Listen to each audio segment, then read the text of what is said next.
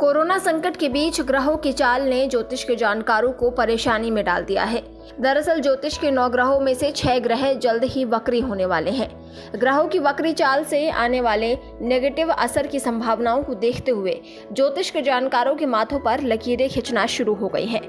दरअसल ज्योतिष शास्त्र के अनुसार 9 ग्रह का प्रभाव सीधे हमारे जीवन और समाज पर होता है। इनमें 2 ग्रह राहु केतु जो हमेशा वक्री यानी उल्टी चाल से चलते हैं और सूर्य और चंद्रमा हमेशा सीधी चाल से चलते हैं, जबकि बाकी 5 ग्रह वक्री और मार्गी होते रहते हैं। ऐसे में इस वर्ष 2020 के मई जून में ग्रहों का अजब संयोग बनने जा रहा है, जब राहु केतु के अलावा 4 और ग्रह वक्री चाल से चलेंगे। वहीं इस बीच काल सर्प योग भी प्रभावी रहेगा। पंडित सुनील शर्मा के अनुसार ज्योतिषीय दृष्टि से ग्रहों की ऐसी स्थिति शुभ नहीं होती। पूरी दुनिया इन दिनों एक गंभीर संकट का सामना कर रही है। ऐसे में 6 ग्रहों का एक साथ उल्टी चाल कई मामलों में गंभीर होती दिखाई दे रही है। पंडित शर्मा के अनुसार वक्री ग्रह अक्सर अप्रत्याशित रूप से अच्छे और बुरे दोनों परिणाम देते हैं। प्रतिगामी गति में ग्रह पृथ्वी के अधिक निकट होते हैं, इसीलिए उनका प्रभाव अधिक महसूस होता है। वहीं वक्री गति में ग्रहों के कारक तत्वों की कमी हो जाती है।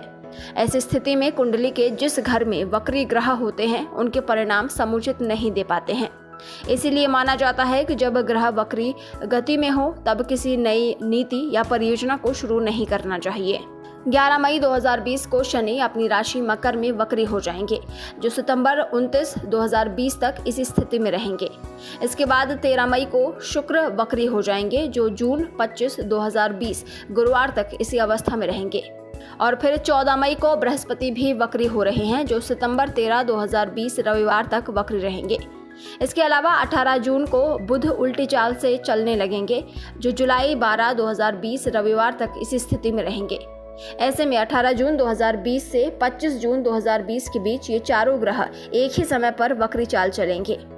वहीं राहु केतु को भी जोड़ लिए जाने पर वक्री गति चलने वाले ग्रहों की संख्या 6 हो जाएगी। ग्रहों की ये स्थिति 15 जुलाई तक काल पुरुष कुंडली में बने काल सर्प दोष के साथ परस्पर व्याप्त होती है, जिसका परिणाम चिंताजनक हो सकता है। पंडित शर्मा के अनुसार ग्रहों की इस वक्री चाल के समय 18 जून से 25 जून के बीच 4 ग्रह शनि, बृहस्पति, शुक्र और बुध एक ही समय में वक्री गति में होंगे।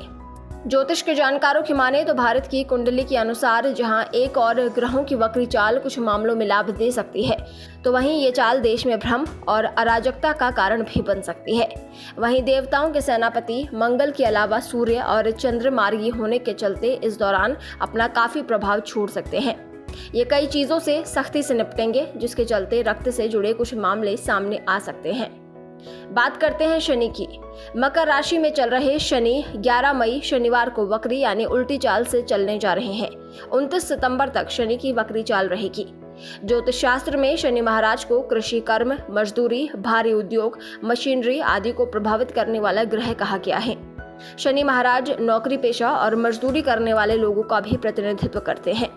वर्तमान में कोरोना वायरस महामारी के कारण आई वैश्विक महामंदी के कारण शनि से प्रभावित वर्ग सर्वाधिक प्रभावित रहा है। शनि के वक्री होने के साथ गुरु भी 14 मई से वक्री होकर 13 सितंबर तक उल्टी चाल चलेंगे। गुरु को ज्योतिष शास्त्र में धन, विवेक, अर्थव्यवस्था और कानून का कारक ग्रह माना जाता है। शनि और गुरु को एक साथ मकर राशि में वक्री होने से कृषि, श्रम और उद्योग जगत से संबंधित कानूनों में भारत सहित पूरे विश्व में ऐतिहासिक बदलाव आ सकते हैं। मैदानी ज्योतिष में मकर राशि का प्रभाव भारत पर सर्वाधिक माना जाता है।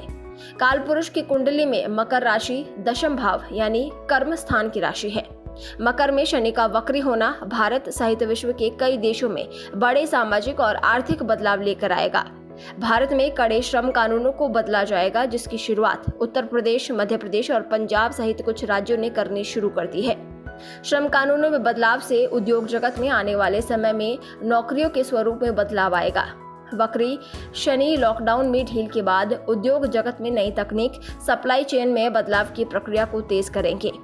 श्रम कानूनों में बदलाव का कुछ स्थानों पर मजदूरों द्वारा बड़े स्तर पर विरोध होगा। काम करने के घंटों में बढ़ोतरी, सैलरी में कटौती और नौकरियों में छंटनी से निम्न मध्यम वर्ग को भारी कष्ट होने वाला है। चूंकि शनि और गुरु जलीय राशि मकर में वक्री हो रहे हैं, इसीलिए अच्छी वर्षा से किसानों को लाभ होगा। पशुपालन, फलों का उत्पादन और मछली पालन के काम में लगे किसान सरकार की विशेष योजनाओं से लाभान्वित होंगे। किसानों के लिए मंडी एक्ट में कई राज्यों में बदलाव होंगे, जिससे आढ़तियों और बड़े व्यापारियों द्वारा किसानों के शोषण के मामलों में बड़ी कमी आएगी। शनि पर गुरु के प्रभाव के चलते जैविक कृषि में कई सकारात्मक बदलाव होंगे। जैविक और स्वदेशी उत्पादों की मांग तेजी से बढ़ने लगेगी, जिससे लाखों किसान जैविक कृषि की तकनीक सीखने के लिए आगे आएंगे। लेकिन वक्री शनि के आगे चलकर 21 जून के बाद मीन राशि में गोचर कर रहे मंगल पर क्रूर दृष्टि के कारण भूमि संबंधी विवाद बढ़ सकते हैं। मकान मालिकों और किराएदारों में किराए के भुगतान या किराए में कमी को लेकर कई विवाद अदालतों में जा सकते हैं। मंगल को भूमिपुत्र कहा जाता है, जिस पर आगे चलकर जुलाई-अगस्त में वक्री शनि की दृष्टि बाढ़, भूकंप और अन्य प्राकृतिक आपदाओं से जनता को भारी कष्ट पहुंचा सकते हैं। ब्यूरो रिपोर्ट, पत्रकार टीवी।